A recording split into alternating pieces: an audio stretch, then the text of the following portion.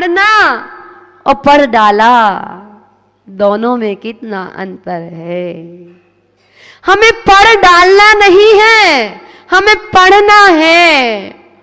और जो स्वयं को पढ़ता है वो सब कुछ पढ़ लेता है, और जो सबको पढ़ता है स्वयं को नहीं पढ़ता वो कुछ नहीं पढ़ पाता।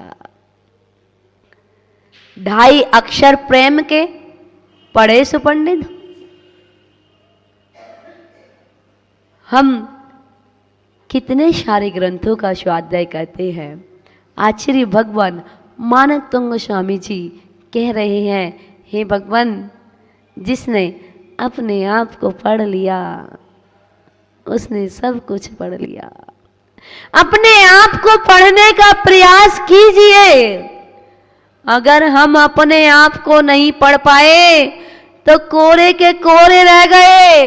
3 घंटे मिले थे, अभी पिछली बार बताया था ना, 3 क्या चीज बताई थी, क्या क्या बताई थी बताओ? 3 चीज बताई थी, जर जोरू जमीन, और क्या बताया था? 3 चीज, मंच माला माइक, और क्या बताया था? सम्यक दर्शन, सम्यक ज्ञान, सम्यक चारित्र। 3 चीज बनाए। और पेपर के घंटे कितने मिलते हैं? 3। और हमको भी 3 घंटे मिले हैं, आपको भी 3 घंटे मिले हैं। पहला घंटा बचपन का, दूसरा घंटा जवानी का, और तीसरा घंटा बुढ़ापे का। पहला घंटा खाली निकल गया, दूसरा घंटा खाली निकल गया। अब तीसरे घंटे में कितना करोगे? कर लो, अंत भला तो सब भला। नहीं तो जैसे खाली आए थे और खाली पेपर छोड़ दिया, अब आगे क्या करेंगे? 33% मन के, मंत्री जी, 33% वचन के और 33% काय के। कितने नंबर हो गए? 99 नंबर, और 1 नंबर तो सफाई का मिल जाता है। अब हम कितने % की भक्ति कर रहे हैं? जितने % की भक्ति कर रहे हैं, अब पहले वाली भक्ति तो भूल जाओ, क्योंकि पहले 33 नंबर आते थे तो लड्डू बांटे जाते थे। देखा भाभी, बांटे नहीं बांटे? % पे लड्डू बांटे जाते थे। क्यों भाभी जी? आपके और हमारे समय पे और आज के समय पे 95 में आंसू बहाए जाते हैं। कॉपी रीसेट होती है, 99 में भी बहते हैं, कॉपी दोबारा चेक की जाती है। हमारी तो कॉपी निकलवा दो, कहां हमने गलती की है। अगर ये धारणा सबकी हो जाए धर्म के प्रति, क्या जैसे आज के बच्चे की धारणा है ना, मेरे 95% नंबर क्यों आए, मुझे कॉपी चेक करनी है, ऐसे ही धारणा हमारी हो गई। भगवान, हमारी कहां कमी रह गई? हमें सिद्धालय क्यों नहीं प्राप्त हो रहा? अनादिकाल हो गया संसार परिभ्रमण करते करते। क्या कारण है? कौन सी त्रुटि हो रही है? कौन सी गलती हो रही है जो हम वहां तक नहीं पहुंच पा रहे? कॉपी चेक करो, कहीं ऐसा ना हो कि हमें अपने सारी चीजें अच्छी लग रही हैं और दूसरे की सारी चीजें बेकार लग रही है। हम खुद को सुधारने की बात नहीं करते। जिस दिन हम खुद को सुधारने का प्रयास करेंगे, हमको जग को सुधारने की जरूरत नहीं पड़ेगी। वो बच्चा, मंत्री जी का बच्चा क्या कहता है? पापा, मुझे लग्जरी गाड़ी चाहिए। और जब तक इन्होंने गाड़ी नहीं दिला दी उसको, जब तक इन्होंने एप्पल का मोबाइल नहीं दिला दिया, तब तक इनके बेटे ने इनका पीछा नहीं छोड़ा। यहाँ पे इतने सारे बेटे बैठे हैं, बेटियां बैठी हैं। ये धारणा बना लो, पिताजी, जब तक तुम मुझे सिद्धालय की यात्रा नहीं कराओगे, तब तक हम भी आपकी भक्ति नहीं छोड़ेंगे। ये धारणा बना लो। और जैसी धारणा बनाओगे छोड़ना नहीं, भगवान मैं आपके दर्शन जब तक नहीं छोड़ूंगा तब तक मुझे सिद्धालय की यात्रा नहीं प्राप्त हो जाएगी। और डेली आना और भगवान से कहना, भगवान मुझे एक बार सिद्धालय की यात्रा करा दो ना प्लीज भगवान, मैं और कुछ नहीं मांगूंगा, सच्ची सच्ची बोलता हूं मैं कुछ नहीं मांगूंगा। एक बार वो भोलापन लेके तो आओ, वो बच्चों के अंदर छल नहीं होता है, कपट नहीं होता है, कसाई नहीं होती है। हमारे अंदर छल कपट कसाई कूट कूट के भरी हुई है, इसलिए तो हम संसार परिभ्रमण करने में लगे हुए हैं। विचार करो, पहले मायाचारी की होगी कूट कूट के, जिससे आज स्त्री पर्याय मिली है। और आज भी अगर मायाचारी करेंगे तो कहां जाएंगे? भगवान अब मुझे नहीं करना ये छल कपट, मुझे नहीं करनी है मायाचारी, मुझे नहीं करनी किसी से कसाए। मेरे अंदर किसी के प्रति कोई राग द्वेष नहीं है, कोई छल कपट नहीं है, कोई कसाई नहीं है। मेरी तो एक ही भावना है प्रभु कि तद्गुण लब्धे, बंदे तद्गुण लब्धे। कभी आपने दर्शन किए ऐसे? आचार्य मान तुम स्वामी जी कह रहे हैं, क्षारम जलम जल निधे रचितुम का इच्छेद। हे भगवान, एक बार जो क्षीर समुद्र का जल पी लेता है फिर वो खारे समुद्र का जल नहीं पीना चाहता। मैं तो आपके दर्शन कर लिए हैं, और जिस कोठी में आप रहते हो, जिस बंगले में सिद्धालय में आप रहते हो, वहीं का आनंद मैं भी लेना चाहता हूँ। इस एसी से, इन पंखों से, इन लग्जरी गाड़ियों से अब मैं थक चुका हूँ। अब मुझे ये सुख नहीं चाहिए, संसार के शरीर भोग सुख नहीं चाहिए। अब तो मुझे अनंत दर्शन, अनंत ज्ञान, अनंत सुख का आधार चाहिए। एक बार तो डिमांड करो एक बार डिमांड। हमको इस थाली में से उस थाली में ट्रांसफर करते करते सदियों बीत गए। ये काले बाल सफेद हो गए, आधे बाल उड़ गए। काले बाल सफेद हो गए, वापस पेंट किया, कलर कर लिए, लेकिन आज तक यही नहीं पता कि हम पूजन क्यों करते। हम पूजन किस लिए करते हैं यही नहीं पता। अरे हम पूजन किसकी करनी चाहिए, क्यों करनी चाहिए, कैसे करनी चाहिए, ये 3 बातें ध्यान में रख लो।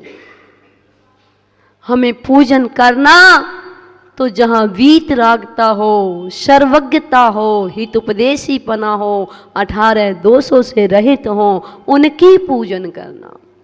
कैसे करना? उनके गुणों की गुणगान करना। किस लिए करना? उनके गुणों को, उनके जैसे गुणों को प्राप्त करने के लिए करना, ये पूजन कहलाती है। और जब ये हमारे अंदर भाव आ जाएगा तब हम पूजन करना सीख जाएंगे। अनादिकाल से जग में स्वामी ने इस जल से शुद्धि को माना। शुद्ध निज आत्म, शुद्ध निजातम सम्यक रत्नात्रय रूपी जल को नहीं पहचाना।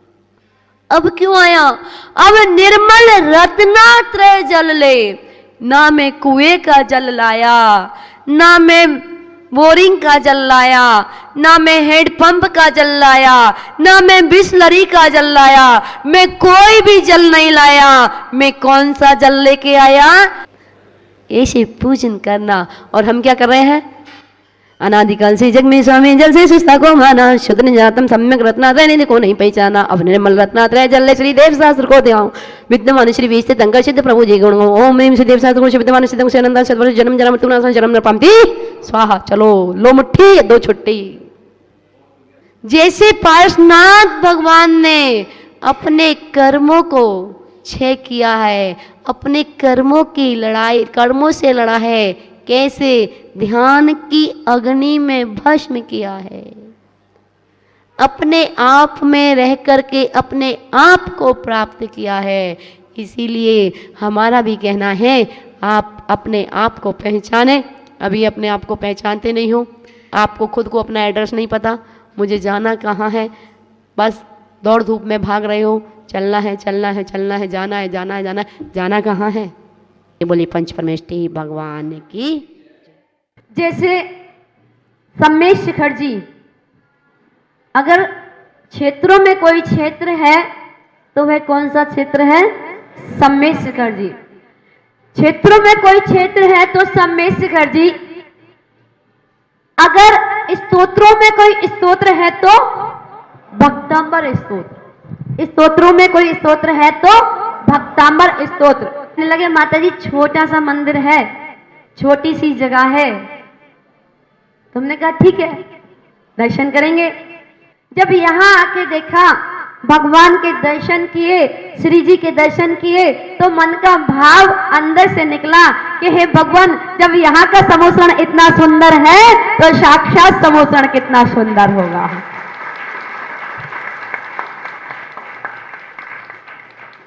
और हमारा रोहिणी नगर में प्रथम बार ही नगर भ्रमण हो रहा है। 5 मंदिर के दर्शन किए, पांचों मंदिर एक से एक सुंदर, एक से एक सुंदर। सबसे पहले प्रशांत विहार के किए, सेक्टर 14, फिर सेक्टर 11 के किए, फिर 8 के किए, और 8 के बाद कल 2 मंदिरों के दर्शन और करके आए थे, एक राजस्थली और एक सरस्वती कॉलोनी के। और हो सकता है कि कल सेक्टर 3 के दर्शन या दूसरे सेक्टर के दर्शन करने का भाव है, तो भाव है कि यहाँ के दर्शन कर लें। हमारी संघ की यारिकाएं भी बोली कि माता जी यहाँ तो ऐसा लग रहा है जैसे अपन शिखर जी की वंदना के लिए निकले हों। तो यहाँ के पूरे मंदिरों के दर्शन करते हैं अपन। हमने कहा ठीक है, अभी 5 मंदिरों के हुए हैं, एक एक दिन में 2-2, 3-3 मंदिरों के करेंगे तो 24 मंदिरों के दर्शन हो जाएंगे। आज ये अभिषेक आपके बीच में चल रहा है। और अभिषेक क्यों करते हैं, अभिषेक का मतलब क्या है, और किसका अभिषेक करना चाहिए? किसकी जिज्ञासा है कि अभिषेक क्यों करना चाहिए, अभिषेक किनका करना चाहिए? तो अभिषेक का मतलब है चरण रज को प्राप्त करना। अभिषेक, क्या भगवान को आवश्यकता है अभिषेक की? है? भगवान को आवश्यकता तो नहीं है कि कभी भगवान को आप रगड़ने लगे रहते हो कि भगवान को साफ कर दिया जाए। भगवान को आवश्यकता है क्या अभिषेक की? भगवान को आवश्यकता नहीं है अभिषेक की, हम सबको आवश्यकता है अभिषेक की। अभिषेक का मतलब है कि भगवान के चरणों की रज को प्राप्त करके और उनके आचरण की ओर बढ़ जाना, उनके आचरण तक पहुंचना, चरण रज को प्राप्त करते हुए और आचरण तक पहुंचना। अब बात आती है कि किनका अभिषेक किया जाए। ये नीचे बैठे हैं इनका अभिषेक किया जाए, ये अंदर हैं इनका अभिषेक किया जाए, या समोसण में विराजमान है उनका अभिषेक किया जाए। किसका अभिषेक किया जाए? जो समोसण में विराजमान है उनका अभिषेक किया है। उनका भी क्यों किया जाए? क्योंकि ये महापुरुषों में इनकी काउंटिंग आती है। 169 महापुरुष होते हैं, और उन महापुरुषों में 24 तीर्थंकरों के माता, 24 पिता और 12 चक्रवर्ती नौ बलभद्र, नौ नारायण, नौ प्रतिनारायण, नौ नारद और 11 रुद्र और 24 कामदेव। ऐसे सबको मिलाकर के कितने बन जाते हैं? 169 महापुरुष बन जाते हैं। 169 महापुरुषों में सबसे प्रथम स्थान आया है तो वे 24 तीर्थंकरों का आया है, और 24 तीर्थंकरों का आया है उसमें प्रथम तीर्थंकर श्री आदिनाथ भगवान का आया है, और आज जो अभिषेक हो रहा है वो प्रथम आदिनाथ भगवान का अभिषेक है। 169 में प्रथम स्थान, प्रथम बार अभिषेक करने को लिए मिला है बहुत से लोगों को। तो हमें महापुरुषों का अभिषेक करते करते और ऐसा भाव बनाना चाहिए कि हे भगवान, हम सबको ये अवसर कब मिलेगा कि हम भी महापुरुषों की कोटि में आए। अभिषेक कितने प्रकार के होते हैं? कितने प्रकार के होते हैं? आवाज नहीं आई? 4। सभी लोग एक साथ बोलेंगे, सबको याद हो जाएगा। कितने प्रकार के होते हैं? प्रथम जन्माभिषेक, प्रथम, द्वितीय राज्याभिषेक, तृतीय दीक्षाभिषेक, चतुर्थ जिनाभिषेक, प्रथमाभिषेक, महामस्तक अभिषेक, है ना? 4 अभिषेक आते हैं। 4 अभिषेक श्री जी के होते हैं, ठीक है। जन्म कल्याणक का अभिषेक सभी ने देखा है। फिर जब भगवान का राज्याभिषेक होता है वो भी पंच कल्याणक में आप लोगों ने देखा होगा। तीसरा अभिषेक दीक्षा अभिषेक भी देखा होगा, और चौथा महामस्तक अभिषेक आप देख रहे हैं, गोमटेश्वर जाके भी देखते हैं, और प्रत्येक दिन श्री जी का महामस्तक अभिषेक देखते हैं। 4 अभिषेक। इन 4 अभिषेक में से कितने अभिषेक ऐसे हैं जिनको आप प्राप्त कर सकते हैं? आप खुद के ऊपर है ऐसा कोई सा अभिषेक है कि इन 4 अभिषेकों में से एक आदि आपको भी मिल जाए? है? मिल जाए?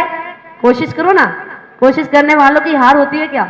इसी भव में मिल जाए। नहीं है? है। अब आपको ले चलते हैं कि आप भी वर्तमान में 2 अभिषेक प्राप्त कर सकते हो। कब? जब आप मेहनत करोगे और आप अपने इस संयम को धारण करोगे। या तो 2 श्रेणी है, एक हमारा मार्ग और एक आपका मार्ग। आपके मार्ग में भी अभिषेक हो सकता है। आपने ही बोला था, पहला अभिषेक कौन सा था? जन्माभिषेक। दूसरा अभिषेक कौन सा था? राज्याभिषेक। क्या आप राजपद को प्राप्त करेंगे तो राज्याभिषेक नहीं मिल सकता? ये आपकी कोटि का है, आपकी लाइन का है। अब तीसरा हमारी लाइन में आ जाओ, भगवान जी की और हमारी लाइन में आ जाओ। तीसरा अभिषेक कौन सा बताया था? दीक्षाभिषेक। क्या आप दीक्षा लोगे कोई तो अभिषेक नहीं? दीक्षा के समय अभिषेक होता है या नहीं? तो 2 अभिषेक आपकी कोटि में आते हैं। दूसरा अभिषेक भी आप जिस दिन दीक्षा लोगे उस दिन अभिषेक किया जाता है पहले, तो वो दीक्षाभिषेक होता है। चौथा अभिषेक श्री जी का अभिषेक, महामस्तक अभिषेक। जब हम इस श्रेणी पर चढ़ेंगे, क्रम से चढ़ेंगे, तो हमारे गुण स्थान बढ़ेंगे। तो आज नहीं तो कल, कल नहीं तो परसों, परसों नहीं तो बरसों बाद हम भी अरिहंत बनेंगे।